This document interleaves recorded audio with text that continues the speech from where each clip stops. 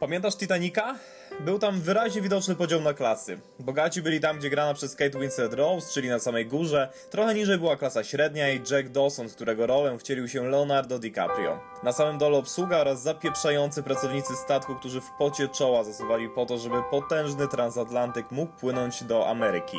Wtedy podział na klasy był czymś normalnym. Bogatym należało się więcej, biednym mniej, a najbiedniejszym nic. Dziś żyjemy w czasach, w których o niewolnictwie słyszymy tylko podczas protestów murzynów w USA, którzy mimo upływu lat uważają, że ciąży na nich piętno niewolnictwa i za to, że kiedyś ich przodkowie byli niewolnikami, teraz im należą się tony dolarów. Media skupiają się na tym, mówiąc, że piętno niewolnictwa jest bolesne i muszą minąć lata, żeby o tym zapomnieć. Lata mijają, a my zapominamy, ale o czymś zupełnie innym. Zapominamy, a może nie widzimy, a może w ogóle nie chcemy widzieć, że niewolnictwo nadal istnieje, tylko że przybrało zupełnie inną formę.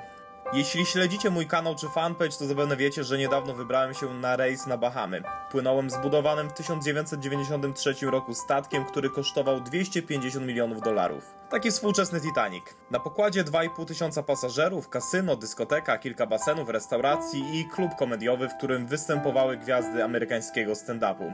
Oprócz tego prawie 1000 członków załogi statku. Załoga wedle amerykańskich standardów, uśmiechnięta, pracowita, dbająca o to, żebyś przeżył mentalny orgazm podczas swoich wakacji.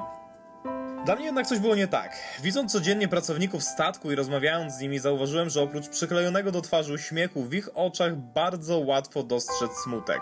Pierwszą osobą, którą poznałem i z którą zamieniłem parę słów, był Władimir z Mołdawii. Słysząc, jak rozmawiam z żoną przy śniadaniu, zapytał, czy to nie jest przypadkiem język polski, w którym mówimy. Odpowiedziałem, że tak, i kiedy Władimir życzył miłego dnia i chciał odejść, zatrzymałem go. Zapytałem, skąd pochodzi, i powiedziałem, że to niesamowite, że tak szybko wyłapał język polski. Był rozmowny. Był grzeczny, uśmiechnięty, na moje pytania odpowiadał, ale dało się wyczuć, że boi się wejść w dyskusję. Boi się, bo wie, jaka jest jego rola. A powiedzmy to szczerze, jego rolą jest usługiwanie takim gościom jak ja. I to mnie dotknęło. Od tego czasu zacząłem myśleć, zastanawiać się i obserwować. Zacząłem od rozmowy ze swoją żoną. Zaczęliśmy się zastanawiać, czy ci ludzie mogą zejść ze statku. Powiedziałem, że zapewne nie, no bo przecież nie są obywatelami ani rezydentami USA. Najprawdopodobniej pracują na statku i z niego nie wychodzą. Niestety, miałem rację.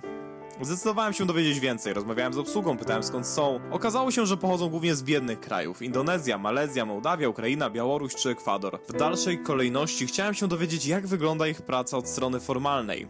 Ile dni spędzają na statku, kiedy mają wolne, jak wygląda ich dzień. Kiedy już się dowiedziałem, dotarło do mnie, że wielkie firmy oferujące rejsy na całym świecie mają w swoich szeregach niewolników. Niewolników XXI wieku. Załoga statku pracuje w systemie zmianowym. Praca, spanie i tak w kółko. Ze statku nie schodzą. Kontrakty mają na pół roku, czasem na rok. Jeśli schodzą ze statku, to na tydzień lub dwa w swoim kraju, a później wracają. Śpią na najniższym piętrze, po kilka osób w pokoju. Jeden kelner powiedział mi, że prosi menadżerów o więcej godzin pracy, dlatego że woli pracować i mieć kontakt z ludźmi, niż siedzieć zamknięty w miejscu, z którego nie może wyjść dalej niż na swoje piętro. Wyżej oczywiście są klienci. Załoga nie ma prawa wejść na basen, posłuchać koncertu, czy pośmiać się przy występie komika. Załoga to niewolnicy. Jasne, niewolnictwo, mocne słowo. Pierwsze, co nasuwa się do powiedzenia, no to przecież nikt ich do tego nie zmusza. W Polsce też nikt nikogo nie zmusza do pracy za $400, czyli 1500 zł, a jednak dużo ludzi pracuje za taką stawkę. Również nikt ich nie zmusza, ale czy w tym przypadku nie jest to w jakiś sposób złe? Ci ludzie są jak przedmioty, jak dodatek do pakietu all inclusive, który zawsze można zmienić na inny. Poza tym do cholery, wyobraź sobie, że przez pół roku musisz robić to samo, być w tym samym miejscu, nie widzieć pieprzonego lądu. Jedyny kontakt z ludźmi, jaki masz, to współpracownicy lub klienci. Jeśli masz rodzinę, to jej nie widzisz, jeśli jej nie masz, to jedyny związek możesz stworzyć z osobą, która jest w tym samym miejscu, gdzie ty.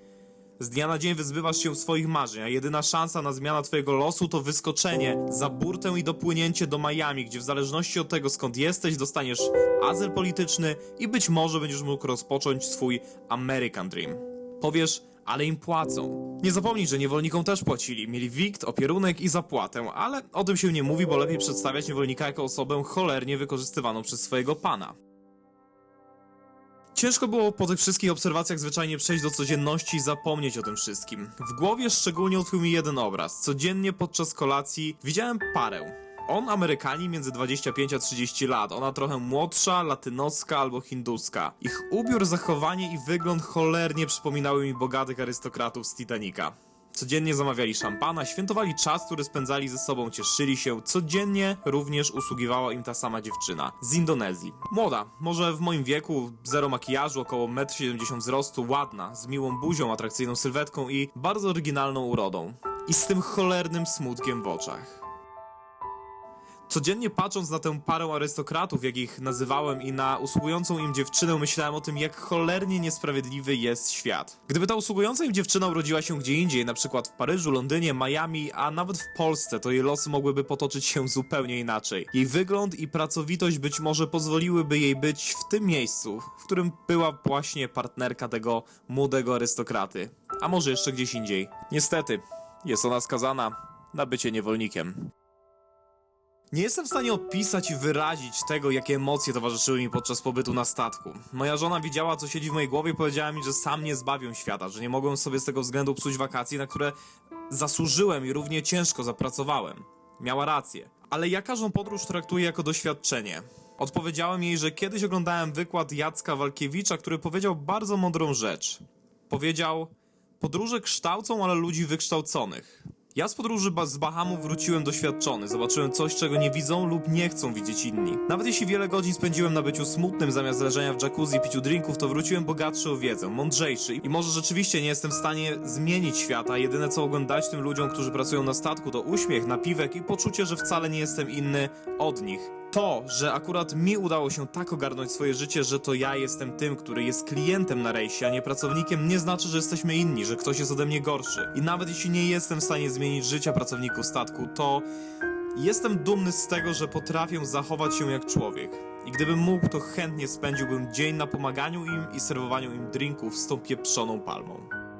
Nie chcę i nie muszę być od nikogo lepszy. Przykro mi, że musiałem widzieć smutek w oczach innych, ale dzięki temu cieszę się z tego, co mam, i cieszę się, że wróciłem z rejsu z doświadczeniem i z wiedzą, której nie mają inni. Teraz tę wiedzę przekazuję wam i nawet jeśli wśród części z was to, co mówię, spowoduje, że zatrzymacie się na chwilę, pomyślicie o tych ludziach i na koniec spojrzycie na swoje życie i stwierdzicie, że warto docenić to, co się ma, to tym bardziej będę mógł powiedzieć, że podróże kształcą i dużo wnoszą w moje życie.